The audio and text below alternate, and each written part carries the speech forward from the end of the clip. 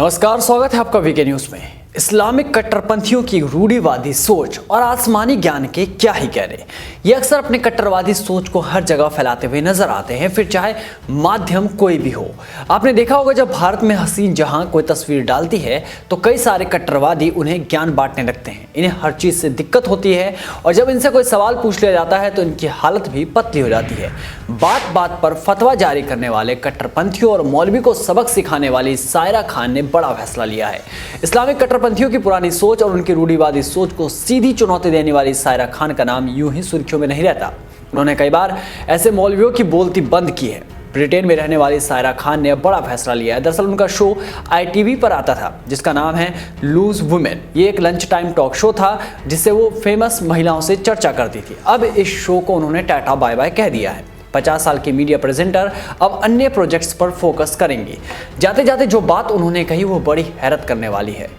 उन्होंने अपने जीवन के कुछ बुरे अनुभवों को शेयर किया। बता दें, कभी उन्होंने इस्लाम में भौहें संवारने को हराम बताने वाले एक मौलवी को सबक सिखाने के लिए बिकनी में तस्वीर भेज दी थी।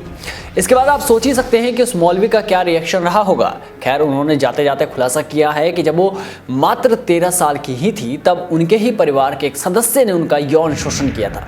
मात्र 13 साल की लड़की पर उस समय क्या गुजरी होगी, आप सोच भी नहीं सकते। उन्होंने बताया कि उस व्यक्ति ने उनके बेडरूम में आकर उनका यौन शोषण किया। फिलहाल वो मर चुका है। उन्होंने कहा कि अगर किसी महिला को कोई व्यक्ति बिना अनुमति छूता है या कोई गलत कार्य करता है तो ये किसी भी धर्म या संस्कृति में स्वीकार्य नहीं है। इस बारे में बात की जानी चाहिए, पर शायद ही कोई कट्टरपंथी इस बारे में बात करे। अब जहां हलाला जायज हो सकता है, जहां प्यार को जिहाद का रंग दे दिया जाता है, वहां सवाल उठाने पर गला रेतने की प्रक्रिया अपनाई जा रही है, जैसे कि फ्रांस में देखने को मिल चुका है।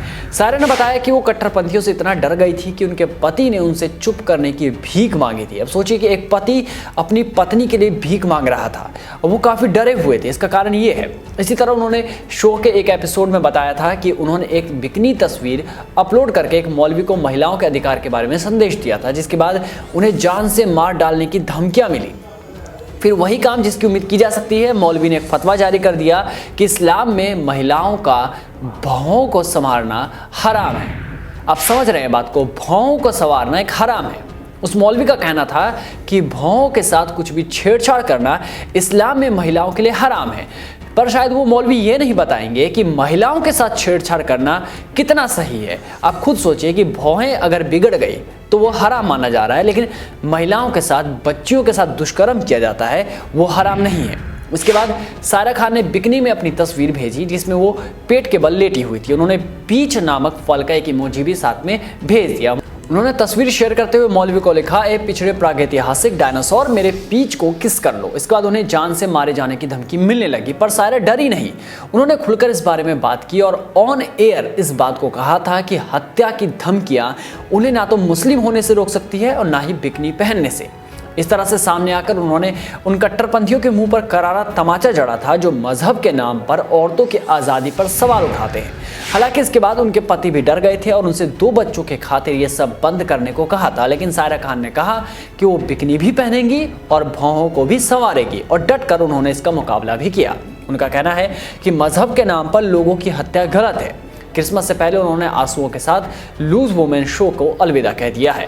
अब वो अपने प्रोजेक्ट पर लगेंगी। जिस तरह से सायरा जैसी महिलाएं सामने आई हैं वो बड़ी हिम्मत की बात है। उन्होंने कट्टरपंथियों को ऐसा सबक सिखाया है जिस पर उनका दिमाग भी सन्न रह गया होगा। इस रिपोर्ट में बस इतना ही। देश और दुनिया की तमाम बड़ी खबरों से जुड़े रहने के लिए बने रहिए वीके न्यूज़ के साथ। नमस्कार।